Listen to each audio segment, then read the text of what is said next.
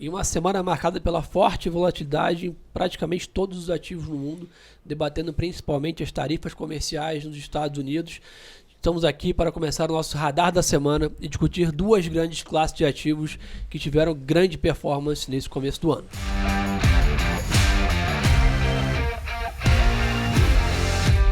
Eu sou o Gerson Zorenzi e para completar a mesa comigo aqui, duas grandes feras. Primeiro, nosso querido ZD aí, para falar um pouco de cripto. E aí, doutor, tudo bem? Fala galera, tudo certo com vocês? Pô, uma honra estar aqui numa mesa com tantos craques. Vamos novamente falar de mercado cripto. Mercado cripto bem forte nos últimos dias, então tem bastante coisa para comentar. Boa, e para falar de um assunto aí que é sempre pauta e obviamente nos últimos dias até teve uma performance positiva, fundos imobiliários, a lenda aí Daniel Marinelli. E aí, doutor? Fala Gerson, fala turma, tudo bom? É isso, começo do ano interessante, tem coisa para falar, vamos nessa. Boa. ZD, começar aqui pelo ativo aí que está mais em voga nesse momento. A gente estava até debatendo antes de começar aqui o nosso papo, né? Cripto acompanhando essa alta volatilidade, vamos dizer assim, no mercado internacional, mas sem dúvida nos últimos 30 dias aí, ou até desde a última vez que você veio aqui, uma performance bem forte, né, de alguns ativos. Então, eu queria que você comentasse um pouquinho da performance e também, eventualmente, do que a gente sempre debateu aqui na virada do ano, né, o quanto que esse mercado vem se amadurecendo e crescendo. E o Trump virou talvez o grande protagonista aí do noticiário recentemente. Como que você está vendo aí os avanços nos Estados Unidos desse tema aí, que era uma bandeira na candidatura do Trump, né?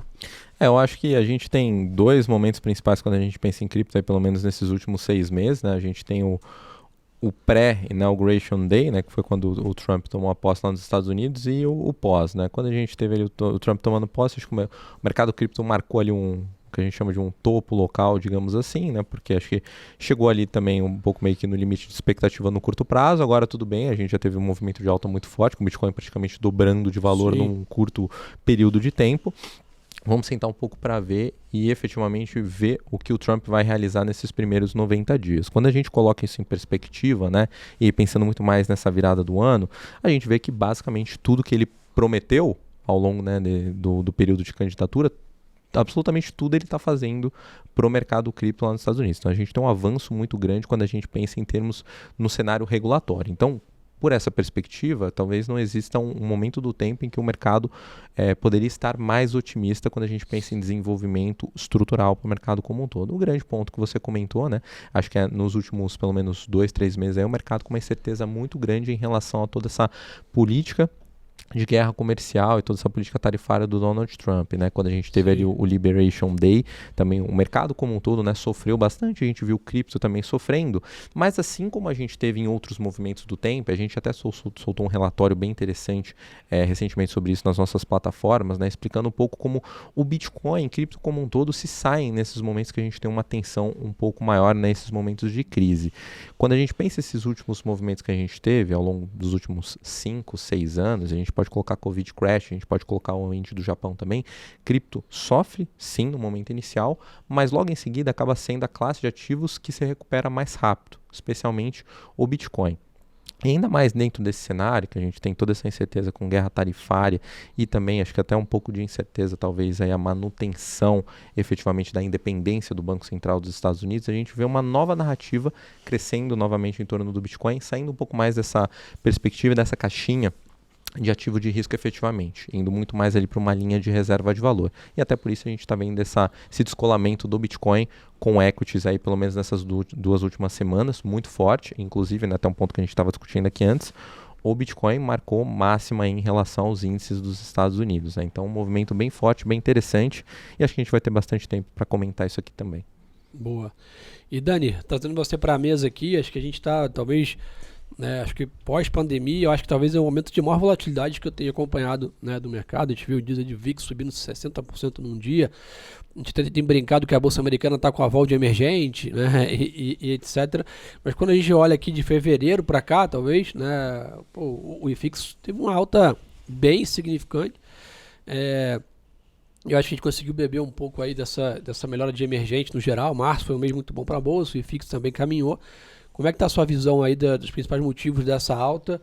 E se você acha que o mercado está descontado aqui na linha de FIs? Boa, Gerson, excelente, porque me pergunto muito sobre isso, né? Depois desse ajuste, ainda tem upside. Mas só vou dar um passo atrás e falar um pouquinho, né? Porque, na minha opinião, os fundos imobiliários performaram bem ao longo dos últimos 2 meses. São 3. O primeiro é um pouco que você mencionou. Então você tem uma melhora do ambiente, né? Global como um todo, mas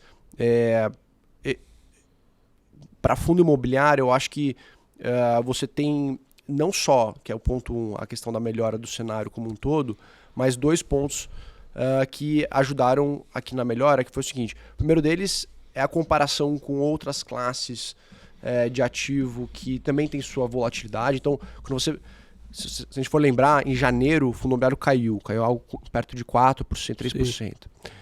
E a bolsa, nesse meio tempo, disparou, né? Chegou a bater ali seus 10% de alta. Então o fundo imobiliário ficou muito para trás, né?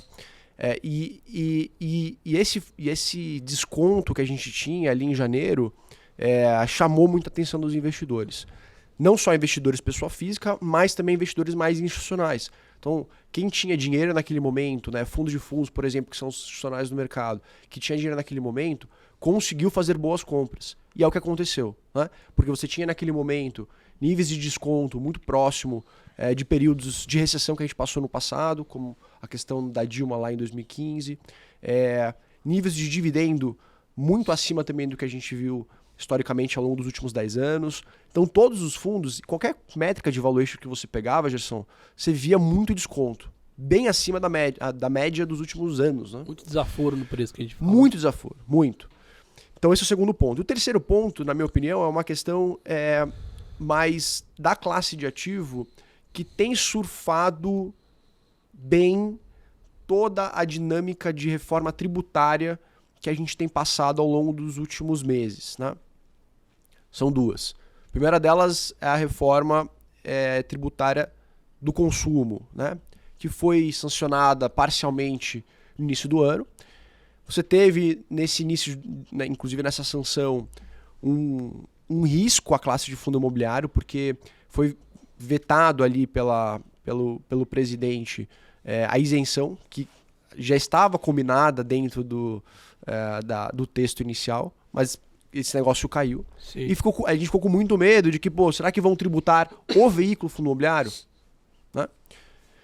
E o que aconteceu é que algumas semanas atrás, 2, 3 semanas atrás, o próprio governo, que ao longo de todos, né, os últimos meses, desde a sanção lá em janeiro, vinha falando que ia modificar o texto, porque da forma como estava, poderia influenciar outros fundos que não tinham nada a ver com o fundo imobiliário. Então, para você ver que as coisas não foram bem pensadas, digamos assim. E o novo texto trouxe exatamente a isenção novamente, né? Então, esse texto hoje está com, né, os parlamentares do Congresso, eles têm discutido esse texto, mas me parece muito factível de que sim, essa isenção vai continuar. Sim. Então, a isenção do veículo, do fundo imobiliário, vai continuar. E aí vem a outra... Que era um fantasma que ficava ali, talvez até sempre travando o fluxo da indústria, né? Sempre, Gerson, sempre. E aí você tem a outro tipo... Porque, vamos lá, o fundo imobiliário tem dois tipos de isenção. Então, o fundo imobiliário, a casca, você não paga PIS, COFINS, IR... Que é isso que eu estava mencionando agora, Agora, existe a outra isenção, que é o dividendo, né? Pessoas físicas não pagam impostos sobre os dividendos que elas recebem, né? Que é onde eu vou entrar agora. Recentemente também a gente teve, né, uma proposta do governo para, né, isentar o IR de pessoas que ganham até R$5.000 por mês, e em contrapartida você poderia ter um impacto, né, das pessoas, entre aspas, ricas, que recebem mais de R$600.000 por ano, né? E aí se tinha muita preocupação de que, dentro dessa proposta, será que o fundo imobiliário estaria dentro dela, né? E num primeiro vislumbre aqui do texto, que foi anunciado para a gente também algumas semanas atrás, foi que títulos isentos, né, e fundos isentos vão permanecer isentos, né?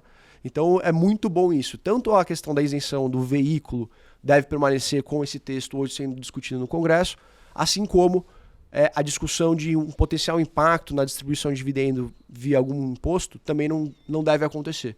Então, eu acho que o momento atual acaba sendo muito interessante para investir, Gerson, porque você tem esse desconto que a gente estava mencionando, que ainda existe, né? E aí já pegando a segunda pernada, por que olhando para frente você acha que ainda existe upside? Existe, né? Por mais que a gente teve um ajuste aqui de alguns % nesse ano, se não me engano, o IFIX está subindo 7% no ano, você ainda tem muito desconto embutido nas cotas, né? Então, para quem está comprando hoje fundo imobiliário, eu acho que é um excelente momento, porque ainda está descontado. Você tem, né, uma série de eventos exógenos, que a gente fala que é a questão tributária, que parece ser muito positivo para o mercado. Pensando no horizonte de tempo aí de 2 anos, 3 anos, pode ter muito ganho de capital na cota, além do dividendo, né? Então a gente continua bastante otimista com o mercado. Boa, show. ZD, já indo, né, porque a turma gosta de falar, né, ativos, né? Então queria faça um pouquinho da carteira como um todo, como estão as principais posições. Você até comentou que vocês fizeram algumas trocas, que eu acho até legal o pessoal saber, né, que poxa, a gente tem um olhar ativo, né, no portfólio, a gente está sempre fazendo mudanças, as carteiras recomendadas do banco têm essa função, até porque a gente sabe que muita gente está iniciando nesse mercado, está conhecendo esse mercado, e ter um acompanhamento profissional faz toda a diferença. Então, como está a sua visão, né, específica para a nossa carteira, as principais mudanças, onde você está vendo mais upside ainda, né, à frente, em ativos especificamente? Tá, eu acho que primordialmente, né, acho que um ponto que a gente se saiu muito bem ao longo dos últimos meses também, justamente foi a nossa visão muito construtiva em torno do Bitcoin e toda essa parte de tese de reserva de valor, né? A gente sempre manteve uma exposição bem interessante ao ativo também na carteira, né? Independentemente do perfil de risco, quando a gente pensa na carteira, a gente sempre manteve uma posição bem interessante. E mais do que isso, eu acho que ao longo dos últimos meses, né, e acho que até um horizonte um pouco maior, a gente olhou para algumas métricas, viu o deterioramento aí de um dos principais protocolos que a gente tem hoje dentro do ecossistema, que é Ethereum. Quando a gente pensa especificamente em métrica, né, e a gente está falando de tech, querendo ou não, a gente está falando de um mercado que é muito também de growth. A gente viu uma rede que estava crescendo muito menos do que alguns dos seus pares, em especial Solana, que é um ativo também que a gente aumentou bastante na carteira ao longo dos últimos meses. A gente conseguiu surfar uma performance no relativo ali com Ether também muito positivo. E também queria comentar aí uma troca recente que a gente fez dentro aí do mesmo ecossistema, quando a gente pensa nessa parte de finanças descentralizadas, que a gente tirou Lida, adicionou um outro protocolo chamado Maker, né, um protocolo muito envolvido nessa perspectiva de stablecoins, que para a gente hoje é o killer app de cripto, né? Acho que é um dos setores que mais cresce. Então, muito ativo dentro dessa parte de stablecoins com o USDS barra DAI, a Maker, né? E eles também são uma plataforma de lending e borrowing, né? Pensando um pouco na performance também do relativo, aí já nas 2 primeiras semanas da troca, a gente surfou aí, acho que um pouco mais de 30%, né, de alta de um ativo em relação ao outro, e acho que isso mostra muito também da visão do mercado, como o mercado está fazendo bem rápido esses ajustes, né? Então acho que assim, em um momento como esse, que a gente viu uma correção também muito grande dentro do mercado, eu acho que eu tenho ressaltado bastante isso também nas lives que a gente faz, os conteúdos que a gente grava. É um momento que você não necessariamente tem que ficar só pensando em comprar o fundo ali do mercado, comprar agora que tem uma correção muito grande. Mais do que isso, né? Dado o cenário de tensão que a gente tem no macro, principalmente, é um momento que você tem que buscar e muito informações de qualidade. Essa é uma das coisas que a gente tenta trazer muito aqui dentro dos nossos relatórios e dos conteúdos, né? Mais do que efetivamente falar para você comprar qualquer um dos ativos que qualquer coisa vai subir, acho que é muito diferente. Sim. O mercado agora ele é muito mais crítico com essas coisas do que ele era lá em 2021. Então agora os fundamentos, essa parte de métrica acaba tendo muita relevância, tá? Então acho que esse é um momento que todo mundo tem que parar um pouco para refletir. Acho que é até legal esse movimento de correção, que abre um pouco mais de leque de oportunidade para vários desses ativos e até para várias pessoas também revisitarem como que está a exposição aí dentro dos portfólios, né? Então lembrando, para quem quiser também ter uma ideia e até mesmo aí não tem muito tempo para fazer esse investimento, né? Vou fazer aqui o jabá, a gente tem as nossas carteiras recomendadas, aqui a gente tem exposição aos principais setores dentro do mercado de criptoativos, a gente sempre tenta surfar aí os melhores movimentos para esses caras, fazendo realmente ali toda aquela questão de ajuste conforme que a gente vê em métricas dentro do protocolo e também quais são as narrativas mais quentes efetivamente do mercado. Em linhas gerais também a gente tem saído, modéstia à parte, aí com uma performance bem interessante, dada a diversificação também do portfólio.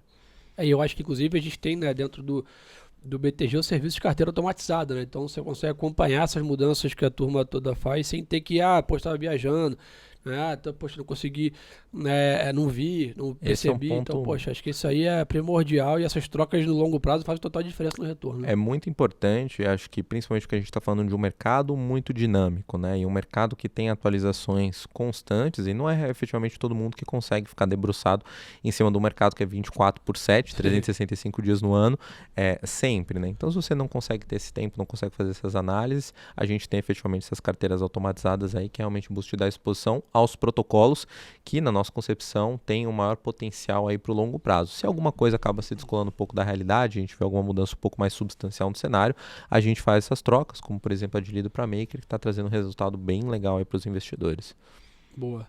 Ô Dani, do teu lado, você falou um pouco, né, que a gente tem upside e tal, mas o que a gente tem visto até na parte de mercado de capitais, apesar dos pesares, o mercado ainda com uma distribuição robusta de novos produtos, né, tanto a gente quanto outras casas fazendo novas emissões de cotas e etc., mas em alguns setores específicos. Né? Então eu queria ver com você, o universo imobiliário hoje em dia é gigantesco, né? Quais são os setores que você acha que ainda dá para olhar com um pouco mais de atenção, apesar de, como na bolsa, né, tá quase tudo muito barato, o desaforo está muito grande nos ativos. Quais ainda são os setores queridinhos que você está com um olhar mais atento? Bom, Gerson, me perguntam, é melhor eu comprar no mercado secundário ou no mercado primário? Eu sempre falo nos dois, porque tem muito produto, e aí, Gerson, você que está na mesa ali também tem muito contato com isso, que vem estruturado de uma forma que você só consegue comprar ele no primário, não tem como você comprar ele no secundário. Né? Perfeito. Vou pegar o exemplo que a gente teve aqui de uma construção de um galpão logístico, né, em São Paulo, raio 60 da cidade de São Paulo, né, para uma locatária de altíssima linha, né, com risco de crédito excelente, varejista, em que você tem um produto muito parecido com uma renda fixa, que não é uma renda fixa, mas ele te dá essa sensação, porque você tem todo um nível de garantia daquele produto, né, associado a estar dentro do mercado setipado, que não tem a volatilidade, que faz muito sentido, né, a gente ter um pedaço desse fundo na nossa carteira. Né? Que é diferente do fundo do mercado secundário, que vai ter volatilidade, que você pode eventualmente ter mais desconto, mas ele não vai ter essa pegada mais de renda fixa. Então, eu acho que os dois produtos a gente tem que olhar com muito carinho. Né? Você que até um pouco mais avesso ao risco, eu acho que produtos desse, como a gente distribuiu no passado recente, agora né, em março, começa a questão desse fundo fechadinho, tem um prazo determinado, são 4, 5 anos fechado, que você vai receber, você tem um colchão de liquidez, porque você tem uma subordinação, que é um pouco do que eu estou falando aqui, faz muito sentido. Porque hoje o mercado secundário vai ter volatilidade, não adianta. Sim. Tá? Então você perguntou quais são os segmentos. Os segmentos, eu acho que isso vai variar e eu sou um pouco agnóstico, e eu acho que o mercado dele é um pouco agnóstico nesse sentido. Porque eu falei de galpão logístico aqui, mas eventualmente a gente poderia ter um fundo de crédito específico, de um setor específico, pode ser até do agronegócio, pode ser do mercado imobiliário, infraestrutura, como a gente teve também esse ano, nesse mesmo molde, né, que é um fundo fechado, com um prazo determinado, que vai te pagar, que nem uma renda fixa. Então, assim, eu acho que eu sou meio agnóstico nessa questão do setor. Vai depender muito da estrutura. Eu acho que é isso que o investidor ele se sente mais confortável. E eu sou a favor disso. Porque todo setor vai ter um pouco da sua beleza e, claro, os seus desafios. Então, se galpão logístico hoje, inclusive, só para fazer um parênteses aqui, a gente está fazendo análise do primeiro TRI agora, tanto para galpão e laje corporativa. Né? Saíram os primeiros resultados aqui do primeiro TRI. Os resultados foram muito bons para os dois setores, inclusive para a laje corporativa. Só para você ter noção, a taxa de vacância de laje corporativa em São Paulo já está menos de 20%, está perto de 17%, se eu não me engano. Então, houve uma queda consistente ao longo do tempo, e hoje a gente está num período muito interessante para começar a olhar com mais carinho laje corporativa. Então, sair um produto desse que eu estou falando aqui para você, que a gente saiu para galpão, poderia naturalmente sair para laje corporativa. Né? Então, eu não gostaria de destacar um setor só. Eu acho que eu gostaria de destacar um pouco da estrutura. A estrutura que a gente tem distribuído os produtos, na minha visão, tem sido coerente com o perfil do investidor, que segue mais conservador, segue querendo sair um pouco da volatilidade, dentro de um produto que, de novo, deve permanecer com isenção do imposto de renda para a pessoa física, com isenção do imposto de renda no veículo, né? Então, eu acho que eu sou mais a favor da estrutura do que do setor especificamente. Boa. E Zedê, nessa linha de estrutura, setor, etc., eu acho que uma das grandes pilares aqui desse ano, né, era que, poxa, o mercado de cripto ainda ia ganhar ainda mais maturidade. A gente viu institucionais com adesão, a gente viu vários países lá melhorando sua regulamentação, permitindo ETFs, permitindo futuros. O que mais que você imagina, né, que o setor tem desenvolvido tantos novos produtos, né, ou novos mercados, ou até investido em segurança, né, que a gente até teve algumas situações de hacking, etc., para, como todos os novos, entre aspas, mercados, ganhar mais maturidade aí, que você tem acompanhado, que é positivo. Eu acho que assim, acho que tem alguns movimentos principais, né? Acho que a gente tem o amadurecimento dos ETFs também nos Estados Unidos, né? Quando a gente pensa no produto efetivamente, o ETF de Bitcoin, sem sombra de dúvida, foi o ETF mais bem sucedido no ano passado lá nos Estados Unidos, quando a gente pensa principalmente em adesão, né? Então assim, eu acho que é um produto que vai continuar chamando bastante atenção, trazendo também um número muito grande de investidores para investir nessa classe de ativos. A gente tem algumas instituições muito grandes também lá fora, como por exemplo a Charles Schwab, que quer colocar o produto de cripto para dentro também, para distribuir para os investidores, oferecer ali uma plataforma robusta de negociação para esses ativos, então atrai um pouco mais aqui. Mas um movimento bem interessante aí que pode ganhar um pouco mais de tração, principalmente dentro desse cenário que a gente tem de tensão, ou até mesmo, se for pensar por certa perspectiva aí de desglobalização, seria investimento em uma classe de ativos descorrelacionada do resto, especialmente Sim. aí com um ativo que pode eventualmente se tornar uma reserva de valor, como no caso do Bitcoin. E a forma que eu enxergo que isso poderia ser feito, e a forma que eu vejo já sendo feito por algumas grandes entidades primeiro, algumas empresas, grandes corporações, alocando parte aí da sua tesouraria, né, parte ali das suas reservas, digamos assim, no Bitcoin. A gente tem até algumas empresas, como por exemplo o MicroStrategy, né, que usa o Bitcoin dentro de uma estratégia de tesouraria mais complexa, que envolve um pouco também de alavancagem, digamos assim. Mas eu vejo aí várias outras empresas alocando parte também da sua tesouraria em Bitcoin, então isso por si só vai trazer um fluxo muito grande também, na minha opinião. Vejo toda a ideia, a concepção já de alguns fundos soberanos também entendendo um pouco melhor a necessidade de ter Bitcoin também, pelo menos uma fatia pequena do seu portfólio investido dentro dessa classe de ativos. A gente já vê alguns fundos soberanos da Arábia Saudita também investindo em Bitcoin, através inclusive de ETFs dos Estados Unidos, né? Então, tudo isso acaba puxando bastante fluxo e dado esse momento, né, que a gente tem um pouco mais de tensão, cenário mais de crise, quando a gente pensa em cripto, e aí vou voltar de novo para o Bitcoin, como um ativo de risco, inicialmente o que a gente imaginava é que ia ter uma performance, acho que talvez ruim ou até mesmo pior do que a gente teve com equities, dado também toda essa questão de maturidade do setor. Mas, dentro desse momento, aí, o Bitcoin tem se saído efetivamente muito bem, né? Lembrando, está marcando máxima aí contra outros índices, e no ano o Bitcoin cai 0,5% versus outras classes de 0,5% versus outras classes de ativos. Acho que não tem muita nem comparação, né? A única coisa que talvez subiu, que se comportou melhor ao longo do ano foi o ouro. E acho que assim, pelo menos na minha opinião, o mercado como um todo está muito desancorado e dentro desse cenário vai acabar buscando aí novas ferramentas, novos instrumentos de investimento, e o comprador pro lado do Bitcoin eu acho que é o mais obstinado, pelo menos aí dentro desses últimos meses, né? Dentro dessa estratégia também de empresas. Uma notícia que saiu recentemente, pouca gente ignorou, aliás, muita gente ignorou, né? Justamente essa parte aí meio que um novo braço de VC sendo criado aí pela Tether Foundation, SoftBank e também Bitfinex, né, a famosa corretora de cripto aí, para investir mais de 3 bilhões de dólares também em Bitcoin. Uma estratégia muito similar ao que a MicroStrategy está fazendo, se tornar realmente um veículo de compra de Bitcoin. Então, a pressão de compra para todo lado. E lembrando de novo, a gente está falando de um ativo que tem ali uma escassez programada, são 21 milhões de unidades, isso não vai ser alterado sob hipótese alguma, então o cenário continua muito positivo para esse cara, muito construtivo nessa ideia da gente ver aí grandes corporações, investidores institucionais investindo em Bitcoin. E até mesmo quando a gente coloca isso em perspectiva, mas todo mundo está comendo agora para investir, eu acho que muito pelo contrário, tá? E o fluxo nos ETFs de Bitcoin, inclusive nessa última semana, mostra muito esse movimento, principalmente aí de descolamento com outras classes de ativos, tá? Ao longo dos últimos 3 dias a gente teve mais de 2 bilhões de dólares em inflow nos ETFs de Bitcoin dos Estados Unidos. É muito forte e o mercado ainda está muito pouco alavancado quando a gente compara com os níveis que a gente tinha ali em dezembro até metade de janeiro. Então, assim, o mercado ainda tem bastante espaço para subir, por mais que a gente tenha tido esse movimento de alta de curto prazo.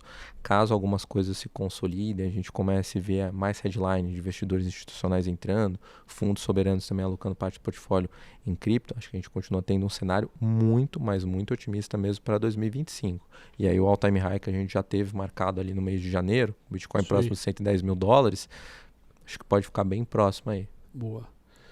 E Dani, do seu lado, o que você tem monitorado aí? Obviamente a gente tem discussão de política monetária, até onde vai os juros aqui no Brasil, mas então, quais fatores aí a turma precisa ficar de olho aí para frente, até para ver um bom market time, etc. O que você tem tá na sua prancheta aí para ficar de olho? Eu acho que tem 2 pontos para ficar de olho, né? O primeiro deles é a reforma tributária, que eu estava mencionando, porque da noite para o dia a gente vê que as coisas mudam, né? Então, ficar de olho o que vai acontecer em Brasília, no Congresso. É muita discussão, né? Você tem que passar pela Câmara, você tem que passar pelo Senado, podem ter mudanças. Então, esse é um ponto para deixar em atenção aí no radar dos investidores. E o segundo é continuar monitorando a performance dos ativos, que é o que eu estava mencionando aqui anteriormente, que é entender, porque vamos lá, a gente hoje tem um cenário desafiador para a economia brasileira, né? No sentido de você tem um nível de juros elevado, isso está impactando a economia real de alguma forma, desacelerando a atividade econômica. Isso poderia se refletir nos fundos imobiliários, especialmente galpões logísticos, que são muito próximos ali, né, do comércio de uma forma geral. Shopping center também poderia eventualmente.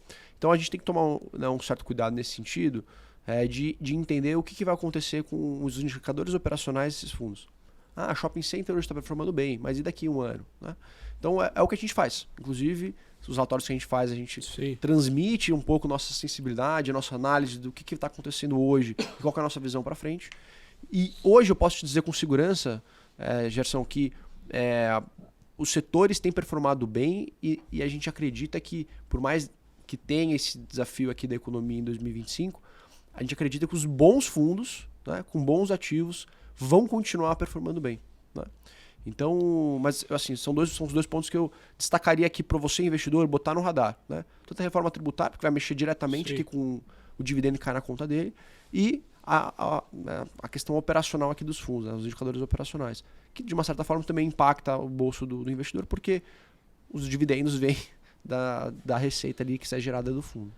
Bom, e a gente já começou até, você falou um pouquinho de prévios operacionais, né? Shopping center, construção civil, que acaba sendo os setores ali, né? Junto com a infraestrutura na parte de FIPS mais comentados. E eu acho que talvez o nível de atividade que a gente tem visto aqui no Brasil ainda acelerado tem dado suporte para essa parte operacional, né? Tem algum setor que você está mais preocupado ou não? Como é que você está vendo? Tem um setor que eu acho que ele, assim, a gente fica um pouco mais receoso, que é a questão, né, da construção civil, média renda, vai? Média, tá. Baixa renda, eu acho que super blindada, digamos assim, por parte do financiamento do governo, mas e alta renda acaba tendo, né, uma preocupação menor, dado que assim, não tem muito desaforo para quem está numa classe, né, mais de alta renda, mas a média renda ela pode e ela deveria ter algum impacto, e é o que a gente olha com um certo cuidado, especialmente nos fundos de crédito, nos fundos de papel que a gente chama aqui no mercado. Por quê? Porque você tem, né, um cenário de uma taxa de financiamento elevada, vem subindo ao longo do tempo, né, dos últimos meses. Então, para você hoje tomar crédito está mais caro. Você também está num cenário de inflação mais elevada, então isso vai impactar também, né, enfim, a corrosão aí da sua renda, a renda das famílias. Você tem, né, assim, então, um ambiente um pouco mais desafiador, digamos assim, para esse cara de média renda. Que, via de regra, não é a operação clássica do fundo imobiliário. O fundo imobiliário ele tem focado, e aí a maior parte deles, não são todos, mas a maior parte, em operações de alta renda, altíssima renda em São Paulo. Mas você vai ter alguns fundos que vão alocar em loteamento fora de São Paulo, regiões não óbvias, focando um pouco mais na questão de média renda. Então, a gente olha aqui como um ponto de atenção. E a gente tem monitorado, né? Hoje a nossa carteira recomendada não tem nada disso, por exemplo. Já teve no passado. Sim. Só que a gente fez esse switch no início do ano exatamente prevendo que poderia em algum momento ter algum problema. Não teve, mas, de novo, é mais pra gente ficar com a atenção aqui dos investidores. Bom, e você, Zedel, o que a turma fica de olho aí, né, nas próximas semanas, meses aí, que pode extravar valor para cripto? Olha, eu acho que em linha com toda essa questão de institucionalização, a criação de novos produtos e veículos de investimento acho que é o principal, né? A gente teve aí o lançamento bem recente dos futuros de Solana na CME, o que é muito positivo, pensando principalmente também na possível aprovação do ETF Spot de Solana lá nos Estados Unidos, tá? Uma coisa que está um pouco mais distante, alguns meses de distância, mas acho que o mercado pode especular muito forte também em torno disso. E eu acho que um ponto é um pouco mais técnico, mas também importante, né, que a gente está acompanhando bem de perto aqui, para eventualmente fazer algumas mudanças também no nosso direcionamento, é uma mudança muito significativa, pode acontecer dentro da rede Ethereum, uma mudança direta na própria arquitetura, e isso em algum momento pode acabar atraindo mais atividade para a rede, tá? Atraindo mais atividade para a rede, nesse caso específico, a gente teria uma possibilidade de agregar mais valor para o token Ether em si, tá? Então é um ponto que a gente está acompanhando bem de perto, para eventualmente acabar mudando alguma coisa que a gente tem à disposição hoje também no ativo,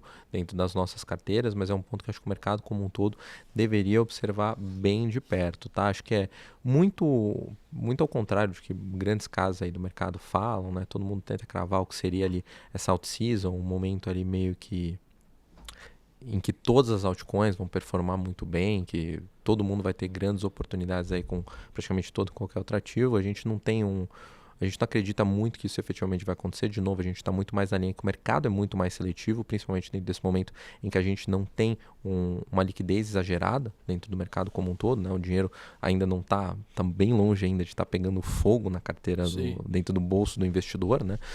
Então a gente está, acho que não necessariamente mais conservador, mas de novo olhando muito mais para essa parte de métricas, e esses são os principais protocolos, as principais mudanças substanciais que a gente está olhando agora, principalmente esses novos caminhos de investimento, né? Acho que um outro ponto também que a gente está bem de olho é a aprovação de staking dentro dos ETFs lá nos Estados Unidos, que vai ser muito importante tanto para o Ether também quanto para a Solana, né? Então, se a gente já está falando que os investidores têm um apetite a risco bem interessante para os ETFs de cripto, imagina se a gente colocar um yield em cima disso, né? Então, tem uma possibilidade de destrava bastante valor aí na nossa opinião também, e pode atrair um fluxo muito significativo para o mercado, tá? Principalmente se a gente for pensar aí no ETF de Solana, a gente está falando aí de um ativo que já tem sido queridinho por boa parte dos investidores aí ao longo dos últimos 2 anos, pensando principalmente para a perspectiva da performance relativa ser muito interessante, e mais do que isso, né? Se a gente colocar o staking dentro de um produto de ETF como esse, a gente está falando aí da boa performance do ativo, uma rede que cresce muito também e pagando aí um adicional de 8 a 9% ao ano em stake. Então um resultado bem legal, bem relevante, o dobro praticamente aí do que a gente tem de Fed Funds Rate lá nos Estados Unidos, então é muito, muito atrativo. Tudo isso pode destravar bastante valor na nossa opinião. E claro, né, continuar de olho aí também no desenvolvimento do cenário regulatório lá nos Estados Unidos, principalmente para a linha de stablecoins. Boa. Dani, obrigado aí pela parceria e sempre aí pela aula dos FIs. Acho Valeu, que turma. é muito bom a gente ver, né, que o mercado também, como o Bitcoin, etc., né, e cripto, vem ganhando sua maturidade, vem se desenvolvendo. Né, a gente percebeu essa mudança de ser tipado para listado, etc. O mercado amadurecendo, vivendo essas batalhas de imposto de renda aí, e obviamente é um setor que fomenta muito a nossa economia aí. Bacana ver essa recuperação. ZD, obrigado pela aula de sempre aí, quando você vem, sempre momentos, né, importantes. Acho que o BTG como um todo está muito, né, empolgado, né, alinhado nesse desenvolvimento desse mercado. Então, parabéns aí pelo trabalho e o show de bola. Pô, uma honra estar aqui com vocês. Sempre um prazer falar de cripto, tenta passar um pouco de conhecimento para a turma e principalmente o momento que a gente considera que é muito importante, né? Tem muita oportunidade legal, muito ativo que acabou ficando bem descontado também dentro desse movimento, então bastante coisa para ficar de olho. Boa, pessoal, é isso. Mais um Radar da Semana no ar. Lembre-se de se inscrever, mandar para seus colegas e é claro que o melhor ativo é sempre a boa informação. Um abraço.